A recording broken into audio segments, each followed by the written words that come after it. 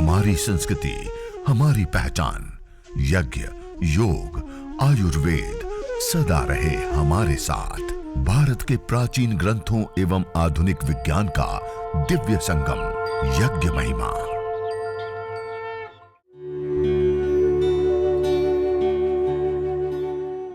भारतीय संस्कृति में यज्ञ, योग एवं आयुर्वेद जैसी अमूल्य विद्याएं हैं, जिसका मूल है वेद। इतिहास की ओर दृष्टि डालें तो भगवान राम, भगवान कृष्ण से लेकर राजा महाराजाओं, ग्रामवासियों व अरण्यवासी ऋषियों की कुटियों तक नित्य व नैमित्तिक यज्ञों का प्रचलन देखने को मिलता है। ओम स्वामी जी, मैं डॉक्टर दीपक हूँ। मैं इंडियन आर्मी से मकान से जुड़ा हूँ और आपके वीडियोस भी मैं सुन रहा हूँ और ये साल से 1.5-2 साल से मैं इसे कंटिन्यूअस कर रहा हूँ। मैं अपने परिवारों को काफी आपके रेफरेंस से काफी इनसे जोड़ के उनको मैं ठीक भी कर रहा हूँ। स्वामी, मेरे पास में एक समस्या क्या आती है कि यज्ञ करने बोलता हूँ तो उनको मंत्र नहीं आता, गायत्री पाठ करने बोलता हूँ तो उनको शंका होती है। तो मैंने बोला कि आप एक काम करिए, गोबर के गड्ढे चला के उसमें जो धुनी और जो चीज है वो डायरेक्टली पकड़ करा रहा हूँ और उससे बेनिफिट तो हो रही है। स्वामी, क्या ये जो कर रहा हूँ ये सही है? क्योंकि मुझे कुछ नहीं हो रहा है तो मैंने बोला यही कर लिया, इससे कम मेडिकल बेनिफिट तो मिलेगा धूम्र चिकित्सा की। जी, मेडिकल बेनिफिट्स तो मिलेंगे, लेकिन जो हम बैठ करके मंत्रोच्चारण पूर्वक एक विधि पूर्वक जो हम यज्ञ करते हैं, इससे मानसिक रूप से संतुलन, स्ट्रेस, तनाव, डिप्रेशन से लेकर के उनसे बचाव से लेकर के मस्तिष्क का पोषण और एक जो हमारा आध्यात्मिक विकास होता है, हमारी चेतना का उत्कर्ष होता है, हमारे कर्माशय शुभ बनते हैं, हमें एक पुण्य कर्माशय की ओर आगे बढ़ते हैं, शुभ की ओर आगे बढ़ते हैं और जो अलग अलग प्रकार की अशुभ शक्तियों से एक बहुत सारे बेनिफिट होते हैं, उन सब से हम वंचित रह जाते हैं। धूम्र चिकित्सा से एक विशेष कंपोनेंट्स हमारे भीतर जाते हैं और हमें लाभ होता है, वो तो निश्चित है, होता है। लेकिन यदि इस प्रकार हम विधि पूर्वक करते हैं तो सबसे आदर्श है और हमें विधि पूर्वक ही करने का पूरी तरह से प्रयास करना चाहिए। और यदि फिर किसी भी हालत में नहीं हो पा रहा है तब जाकर के उनको हमें विकल्प देना चाहिए कि हाँ ठीक है चलो, लेकिन हो सके प्रायोरिटी हम विधिवत यज्ञ करने की दें। स्वामी जी, ठीक है, जो भी पेशेंट मेरे साथ में जुड़ते हैं वो पेशेंट एकदम नए हैं, उनको यज्ञ चीज जैसे उनके लाइफ में है ही नहीं, तो वो बोलते हैं हम कैसे करेंगे। तो लास्ट ऑप्शन में मैं ये करा देता हूँ, इसकी बेनिफिट जरूर मिला है। उसमें कोरोनिल और श्वासारी फूड के भी डलवा देता हूँ, बाकी धोनी जो आपने बताया वो धोनी भी करवा देता हूँ। ठीक है, सीख लीजिएगा, अभी तो ये करिए टाइपिंग के लिए 5 दिन के लिए। तो स्वामी जी, ये जो कर रहा हूँ ये कोई गलत तो नहीं है? मैं वैद्य जी के लिए मोटिवेट करूंगा उनको एंड हाँ, नहीं, हम उसको सरलतम जो विधियां हैं, बट ये जो शॉर्टकट जो इमरजेंसी के टाइम में कर रहा हूँ ये गलत तो नहीं है स्वामी जी? उतना वो नहीं है, लेकिन फिर भी हमें जैसे उनको विधि होती है, हम उसको पंपलेट दे, उनको पुस्तक दे, और कुछ नहीं तो सब लोग आज मोबाइल तो यूज कर रहे हैं, यूट्यूब यूज कर रहे हैं। तो यूट्यूब के अंदर स्वामी यज्ञदेव यूट्यूब चैनल के ऊपर एक यज्ञ प्रशिक्षण करके प्ले लिस्ट है।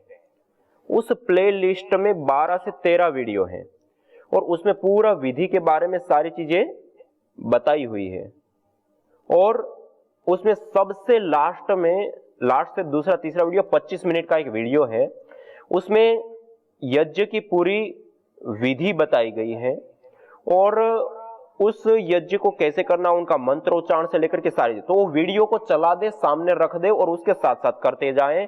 हमने देखा है कि खाली एक ही बार जिनको हमने 15-20 मिनट समझा दिया, बता दिया और जो सामग्री उनको यूज करना है वो बता दिया और उनको कह दिया कि इस यूट्यूब चैनल से, इस वीडियो से आप यज्ञ करना, वो लोग बिल्कुल सरल विधि से वो कर रहे हो। उनका मंत्रोच्चारण भी फिर शुद्ध होता है क्योंकि वो मंत्रोच्चारण हो रहा है उसको पहले सुनते हैं साथ साथ में।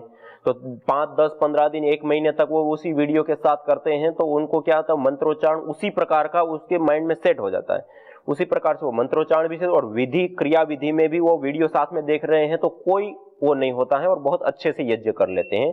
तो आप उनको सरलतम उपाय के रूप में यज्ञ प्रशिक्षण का जो वीडियो है उसको आप दें तो उसके साथ साथ वो करेंगे तो आराम से कर लेंगे।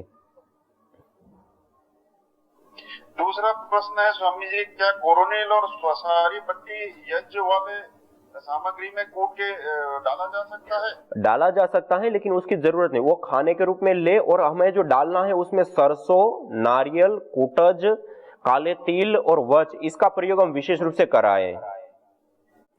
उसको डालेंगे तो उनको पूरा लाभ मिलेगा। तो कोरोना से बचाव के लिए ये चीजें विशेष रूप से प्रयोग करें, और कोरोनिल को खाने के रूप में।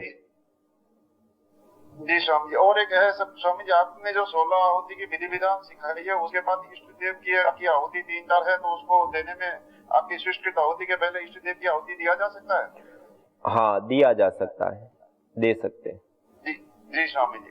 और ये जो थोड़ा लेट हो जाएगा, 9 साढ़े 9 बज जाए, तो ये क्या सही है, या फिर इसकी ब्रह्म मुहूर्त में ही किया जाना चाहिए? इसको सामान्य रूप से जो देव यज्ञ, दैनिक यज्ञ होता है, उसका काल होता है सूर्योदय और सूर्यास्त का काल। यदि उस काल के अंदर हम करते हैं तो उसका हमें विशेष लाभ होगा। दूसरा, नित्य नैमित्तिक यज्ञ होते हैं, उसके शास्त्रों के अंदर अलग अलग काल बताए हैं, उस काल के अंदर करना होता है। दूसरा, हम चिकित्सा यज्ञ करते हैं। चिकित्सा यज्ञ के लिए कोई काल का वो प्रतिबंध नहीं है, लेकिन यदि वो सूर्योदय और सूर्यास्त के समय में यदि वो करते हैं तो उनको विशेष लाभ प्राप्त होता है। और यदि वो उससे आगे पीछे भी होता है तब भी उसका जो बेनिफिट्स, लाभ है वो मिलता है, लेकिन वो सूर्योदय सूर्यास्त में करेंगे तो विशेष मिलेगा। तो हम कोशिश करें कि सूर्योदय और सूर्यास्त काल में हमारा यज्ञ हो। यदि नहीं होता है तो फिर आगे पीछे कभी भी हो, लेकिन हो तो उसका विशेष लाभ हम उठा पाएंगे। स्वामी जी, एक अंतिम प्रश्न ये है, अपने माधव आश्रम भोपाल में उन्होंने अग्निहोत्र की विधि निकाली हुई है, तो वो अग्निहोत्र मैं अगले 1.5 साल से कंटिन्यूअस कर रहा हूँ।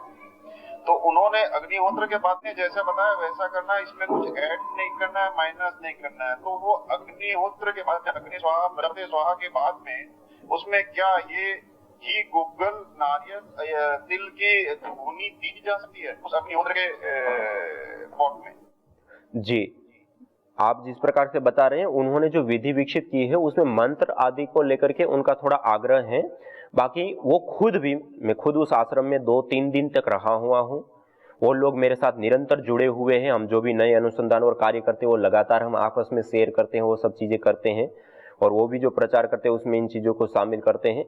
तो इसके लिए किसी को कोई और नहीं है कि बाद में आपने हवन अग्निहोत्र कर लिया, उसके बाद गुगुल और काले तिल या नारियल या सरसों या जो भी आवश्यकता अनुसार, जो हम रोगानुसार सामग्री की हम प्रयोग करते हैं, वो सब लोग उस अग्निहोत्र में भी निश्चित रूप से कर सकते हैं। लेकिन उसके जो काल की जो आहुतियां होती है वो समय पे उन मंत्रों से आहुतियां विशेष दें, और यज्ञ संपन्न हो जाने के बाद आग शांत हो जाती है, उसके पश्चात आप ये धूम्र चिकित्सा को कर सकते हैं। शांति प्रसाद जी। ओम स्वामी जी, चरणों स्पर्श प्रणाम। प्रणाम माता जी।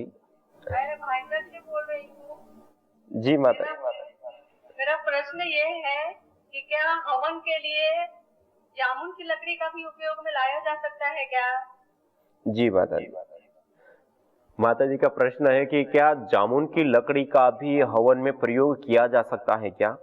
देखिए, यज्ञ के लिए जो लकड़ी प्रयोग होती है उसमें आम है, पीपल है, बरगद है, गुलर है, पलास है, समी का वृक्ष है, मदार है, अपामार्ग है, ये कुछ ऐसे विशेष, और गाय के गोबर के उपले, इनका विशेष रूप से प्रयोग इसमें देखा गया है।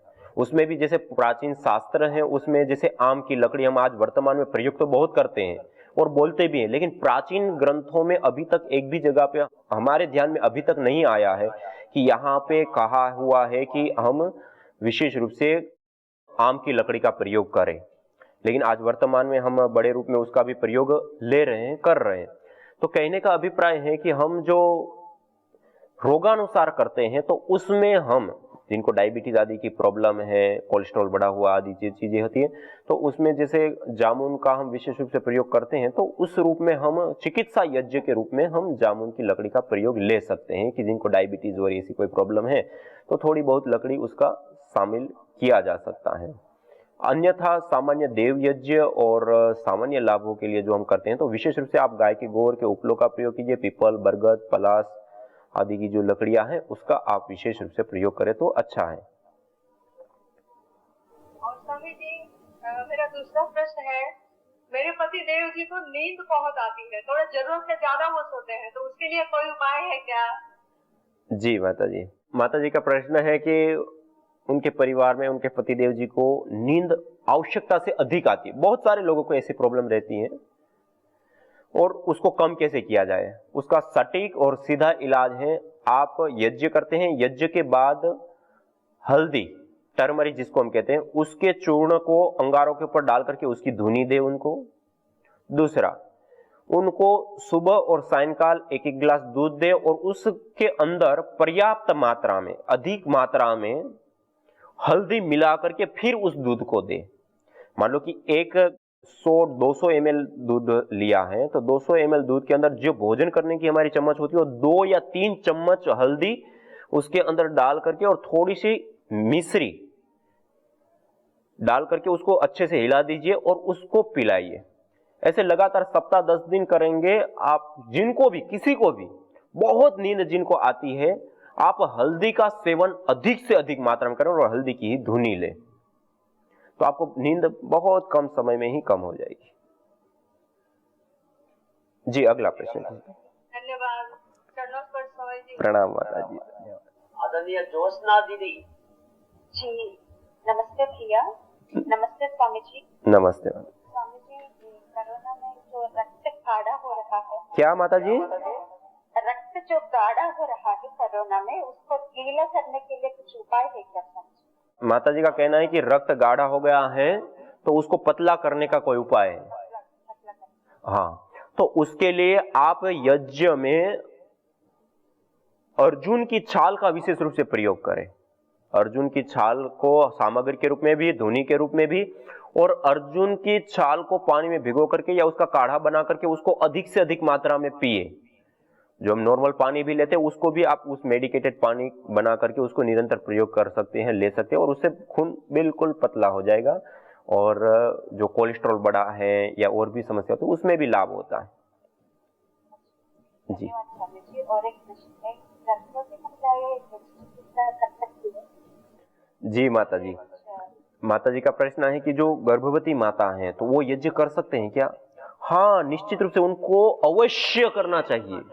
सामान्य रूप से व्यक्ति नहीं करता है तो एक अलग बात, लेकिन इस अवस्था में तो जरूर करना चाहिए। इस अवस्था में करते हैं तो हमारा जो पूरा शरीर होता है, 5 प्राण, 5 उपप्राण से लेकर के सप्त धातु, अष्ट चक्र, ये सब ऊर्जान्वित रहते हैं, शक्ति से युक्त रहते हैं। स्ट्रेस, तनाव, डिप्रेशन नहीं रहता है। हम मंत्रों का उच्चारण करते हैं, वो मंत्र का हमारे ऊपर भी और हमारे भीतर जो जिस संतान का निर्माण हो रहा है उनके ऊपर बहुत गहरा वेद मंत्रों का प्रभाव पड़ता है। और उसके साथ साथ पूरे शरीर का पोषण आदि जो चीजें होती है और बुद्धि का विकास होता है वो बहुत अच्छे से होता है। इसलिए गर्भवती माताओं को तो जरूर बहुत ही अच्छे से श्रद्धा के साथ अनुष्ठान की भांति यज्ञ जरूर करना चाहिए, और उससे जो संतान आपको मिलेगी वो ऐसी दिव्य संतान, बुद्धिमान संतान, स्वस्थ संतान मिलेगी कि कभी आपने कल्पना भी नहीं की होगी। तो इसलिए आपको जरूर करना चाहिए। जिसमें के मतलब जो चिकित्सा रूप में हम यज्ञ करते हैं कि उसका प्रभाव पेट में बच्चा क्या पड़ता है क्या, ऐसा कुछ?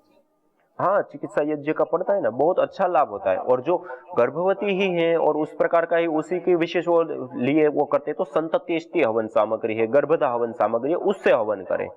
और सामान्य रूप से आपको दूसरी भी बीमारी है तब भी आप करिए, कोई दिक्कत नहीं, उस विशेष सामग्री से करिए। दवा के रूप में कुछ लेने से कुछ इधर उधर सोचना पड़ता है मुझे गर्भवती महिलाओं को, इसलिए मैं चिकित्सा के बारे में भी पूछ रही हूँ। जी जी, यज्ञ आप निश्चिंत होकर के कर सकते हैं। धन्यवाद स्वामी जी। नमस्ते भैया। नमस्ते स्वामी जी। आदरणीय गोनुप्रिया जी। हाँ जी, राम राम। राम राम माता जी।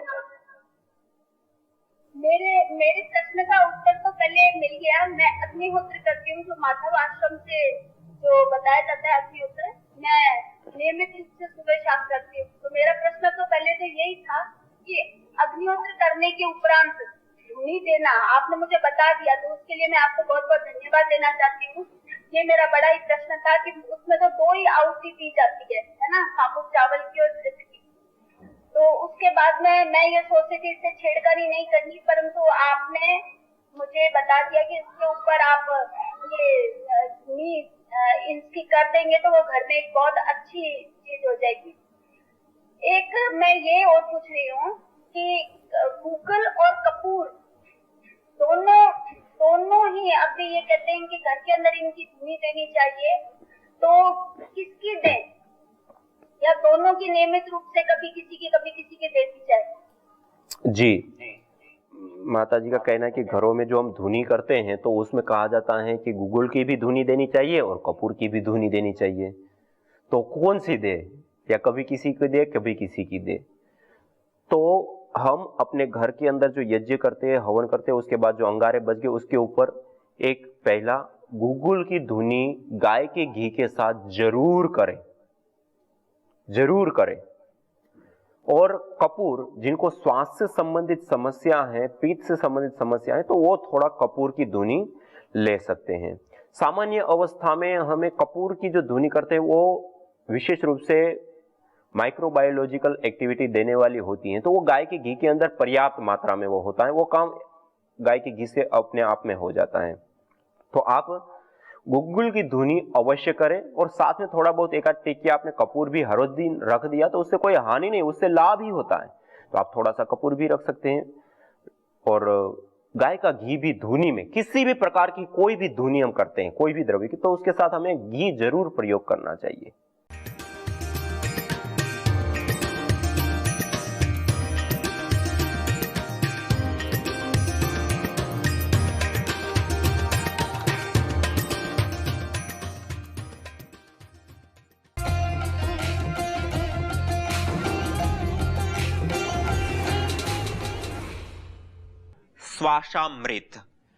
श्वासामृत जो हवन सामग्री है उसके अंदर देवदारू, जैसे ये हमारे सामने रखा हुआ है, इसको देवदारू कहते हैं। देवदार एक पेड़ विशेष की लकड़ी होती है।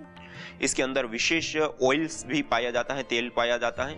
और जब हम अग्न्याधान करते हैं तो उस समय हम कपूर आदि का प्रयोग करते हैं। तो कपूर की जगह पर आप इसकी लकड़ी को एक छोटा सा टुकड़ा लेकर के और उसको भी दीपक के माध्यम से प्रदीप्त करके आप वेदी के मध्य में रख सकते हैं। ये बहुत कपूर की तरह ही बहुत तेजी से और बहुत अच्छे से जलता है, क्योंकि इसके अंदर बहुत ही बड़ी मात्रा में ऑयल पाया जाता है। और वह जो ऑयल है वो अस्थमा, दमा से लेकर के जो श्वास से संबंधित बीमारियां होती हैं उनको दूर करने के लिए विशेष करके लाभकारी होता है। तो यह देवदारू, तो आज हम कपूर की जगह पर विशेष रूप से आपको इस लकड़ी के माध्यम से दीप प्रज्वलन करके हम दिखाएंगे, बताएंगे। दूसरा है हल्दी, हरिद्रा जिसको बोलते हैं, हरिद्रा खंड जिसको बोलते हैं, हल्दी बोलते हैं। ये हल्दी है हमारे सामने जो हम खाते हैं अपने घर में, टर्मरी जिसको बोलते हैं, जिसका चूर्ण करके हम अपने घर में प्रयोग लेते हैं। और आज पूरी दुनिया ही एंटीबायोटिक के रूप में और विशेष रूप से दूध में इसको डाल करके और दूध को उबाल करके और फिर उसका सेवन करना, इस प्रकार का इसका लाभ अलग अलग रोगों के लिए अलग अलग रूपों में देखा गया है। और आयुर्वेद आदि ग्रंथों में भी जो कंद होते हैं, जमीन में होते हैं, उसमें सबसे श्रेष्ठतम पदार्थों के अंदर दूसरे नंबर पर यह हल्दी को गिना है। पहले नंबर पर अदरक और दूसरे नंबर पर यह हल्दी आती है। तो यह दूसरी हल्दी श्वासामृत हवन सामग्री के अंदर दूसरा है हल्दी, पहला है देवदारू। आप लिख सकते हैं, अपने घर में भी इन जड़ी बूटियों को लेकर के आप हवन सामग्री बना सकते हैं और हवन कर सकते हैं। अन्यथा आप तैयार यदि लेना चाहते हैं तो उसके लिए भी हमने व्यवस्था की है, तो आप ऑनलाइन भी अपने घर पे मंगा करके और इस सामग्रियों का प्रयोग कर सकते हैं। तो पहला है देवदारू, दूसरा है हल्दी, तीसरा है तेज पत्ता। यह हमारे सामने हमारे पास तेज पत्ता रखा हुआ है। यह तेज पत्ता हर किसी के घर में होता है, हर कोई दाल बनाते हैं तो उसमें इसका प्रयोग करते हैं। इसमें भी एक विशेष प्रकार का ऑयल पाया जाता है, और वह जो ऑयल होता है वो विशेष करके हमारे श्वास से संबंधित ही रोग नहीं अपितु अनेक प्रकार के रोगों की शांति के लिए विशेष करके लाभप्रद और उपयोगी होता है। और यहाँ तक देखा गया है कि इस पत्ते के ऊपर थोड़ा सा नीम का ऑयल और उसके ऊपर कपूर लगा करके इस पत्तों को यदि हम जला दें तो मच्छर से जो प्रताड़ित स्थान होता है, जहाँ पे बहुत अधिक मात्रा में मच्छर होते हैं, वह भी दूर हो जाते हैं। और उसके साथ साथ जो श्वास से संबंधित जितने भी रोग हैं उनसे हमारा बचाव होता है। और यदि वो रोग हो चुके हैं तो उससे भी हमें शांति मिलती है, मुक्ति मिलती है। उसके बाद है गुग्गुल। यह हमारे पास गुग्गुल रखा हुआ है। ये मैं आपको प्रतिदिन बताता रहता हूँ। और न तम यक्ष्मा अरुंधते नैनम सपथो अश्नुते यम भेषजस्य गुलगुलो सुरभिर्गंतो अश्नुते। जिस व्यक्ति को इस गूगल की धुनी मिलती है, जिस व्यक्ति को इस गूगल का जलने के बाद जो ऊर्जाएं उत्पन्न होती है वो प्राप्त होती हैं, उसको यक्ष्मा, राज यक्ष्मा अर्थात जो सूक्ष्म रोग कहे गए, गंभीर रोग कहे गए हैं, वह रोग भी कैसे उनको हो सकते हैं, किसी भी रोग से वो कैसे प्रताड़ित हो सकते हैं, किसी भी रोग से उनको कैसे पीड़ा प्राप्त हो सकती है, इस प्रकार से बताएगा। और इसी प्रकार प्राकृतिक 5 तत्वों के संतुलन के लिए भी इस गुगुल का प्रयोग घृत गुलगुलो होमेच, घृत और गुगुल के होम से सर्वोत्पातादि मर्दनम का, सभी प्रकार के उत्पाद शांत हो जाते हैं। गुगुल के बाद यह हमारे पास है राल, गुगुल के बाद ये है लाख, एक है हमारे पास राल, यह है लाख। ये लाख एक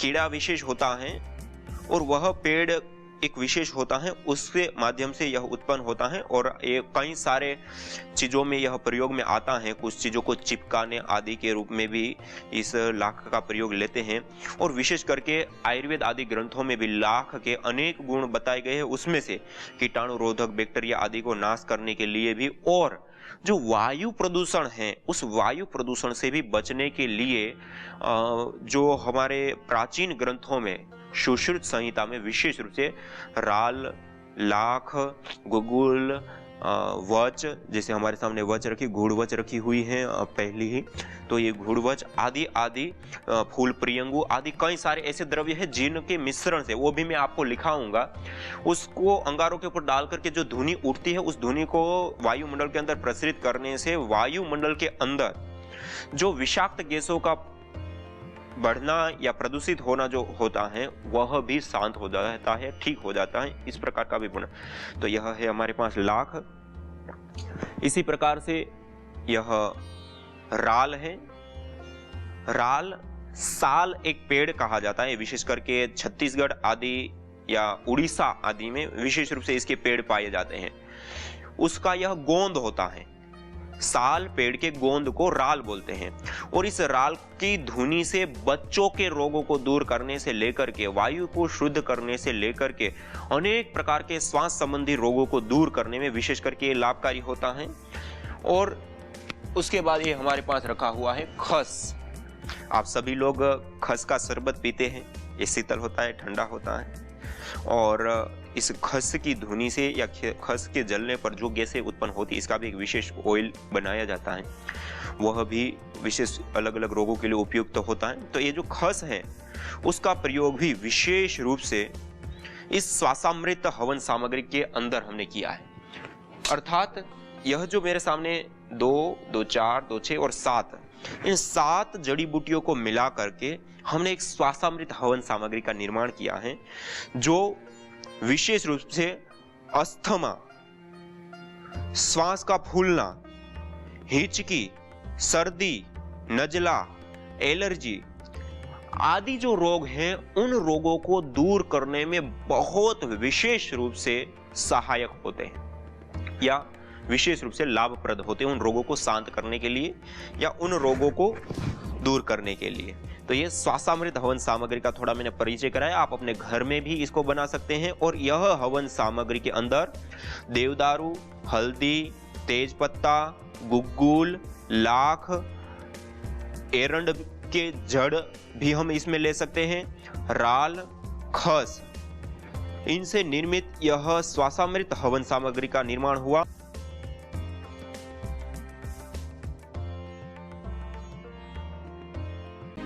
यज्ञ भारतीय संस्कृति का मूल है।